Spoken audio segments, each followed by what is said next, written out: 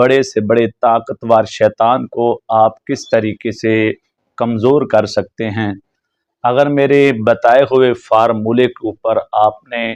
عمل کیا تو انشاءاللہ آپ کے اوپر یا آپ کے گھر میں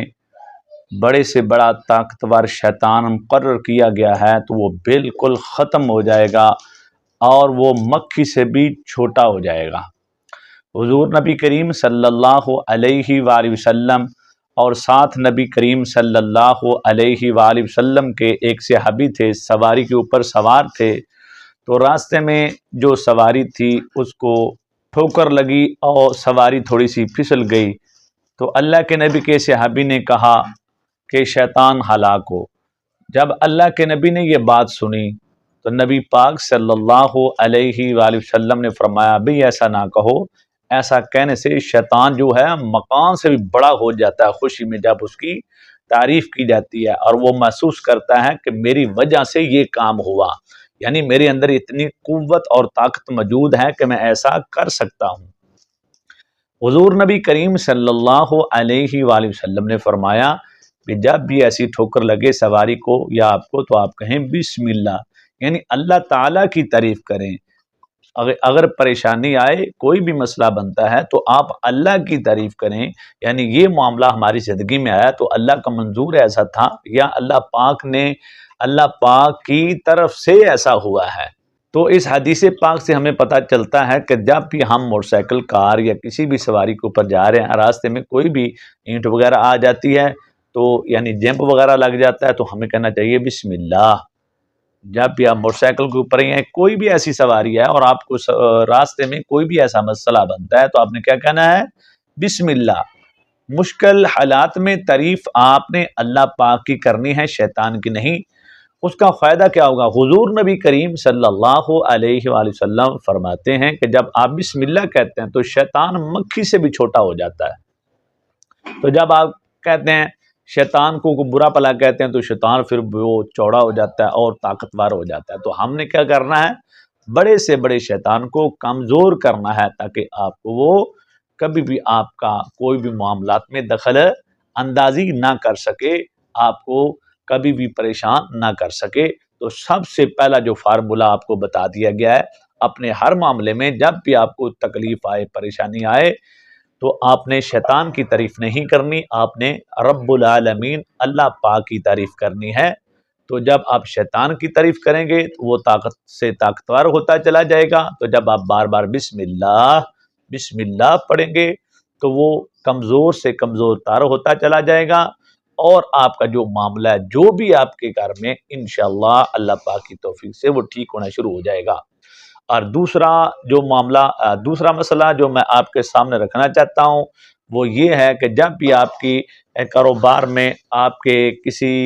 گھر میں کسی فرد کے اوپر کوئی مسئلہ بن جاتا ہے، جادو کے حوالے سے، نظر بد کے حوالے سے یا کوئی بھی مسئلہ، تو گھر میں بھی آپ بار بار ایسا نام مت لیں کہ شیطان کی وجہ سے یہ ہوا ہے، جادوگر کی وجہ سے یہ ہوا ہے، فلاں نے جادو کروا دیا ہے۔ تو یہ چیزیں سننے سے، یہ چیزیں بیان کرنے سے، یہ چیزیں اپنی طاقت ان کی بڑھ جاتی ہے اور یہ فخر اور غرور کرتی ہیں۔ یہ جو شیطان ہوتے ہیں کہ ہمارے اندر ہمارے اندر اتنی طاقت آ گئی کہ ہم نے ایسا کر دیا ہے، تو آپ نے اپنے گھر میں جو کوئی بھی معاملہ ایسا ہو جاتا ہے تو آپ نے کیا کرنا ہے؟ تو آپ 5 وقت کی نماز کا اہتمام کریں، صبح شام کے اذکار کریں، ہر نماز کے بعد کے اذکار کرنے کا اہتمام کریں، گھر میں بلند آواز سے تلاوت قرآن پاک کی تلاوت شروع کر دیں، سورہ البقرہ کی تلاوت شروع کر دیں، آیت الکرسی، آخری کل اور سورہ فاتحہ، درود پاک پانی دم کر کے اس مریض کو پلایا جائے، خود پئیں۔ اور آخری اور تیسری بات میں آپ کے سامنے رکھنا چاہتا ہوں، ایسے عامل کے پاس علاج کروانے کے لیے نہ جائیں جو بار بار ان چیزوں کا نام لے کر آپ کو ڈراتا ہے، آپ کو دھمکاتا ہے اور آپ کے دل میں خوف پیدا کرتا ہے، بھی آپ جلدی آ گئے، نہیں تو آپ کے ساتھ ایسا ہو جانا تھا، آپ نے مر جانا تھا، آپ کا تو ککھ نہیں رہ جانا تھا۔ آپ نے کسی بھی ایسے عامل کے پاس آپ نے نہیں جانا، ایسے بندے کے پاس جائیں جو آپ کو قرآن کے ساتھ جوڑے، جو آپ کو حدیث کے ساتھ جوڑے، یعنی جو آپ کو قرآن و حدیث کی روشنی میں آپ کا علاج کرے، آپ بھی قرآن پاک پڑھ کے آپ کو تلاوت کرے، کوئی بھی چیز دیتا ہے اور آپ کو پڑھنے کے لیے نماز کا کہتا ہے اور اذکار کا کہتا ہے، ہر نماز کے بعد صبح شام کے اذکار کا کہتا ہے، یا اگر کوئی تلاوت پڑھنے کے لیے بھی دیتا ہے تو وہ بھی قرآن یا نبی پاک صلی اللہ علیہ وآلہ وسلم کے وظائف سے۔ تو یہ تین چیزوں کا اگر آپ نے اہتمام کر لیا، سب سے پہلا کہ جب بھی آپ کو کوئی تکلیف آئے، جب بھی آپ کو کوئی تکلیف آئے تو آپ نے پڑھنا ہے بسم اللہ، بسم اللہ، بسم اللہ پڑھیں گے تو یہ چیز بہت جلدی کمزور ہو جاتی ہے، فوراً سے پہلے یہ چیز کمزور ہو جاتی ہے۔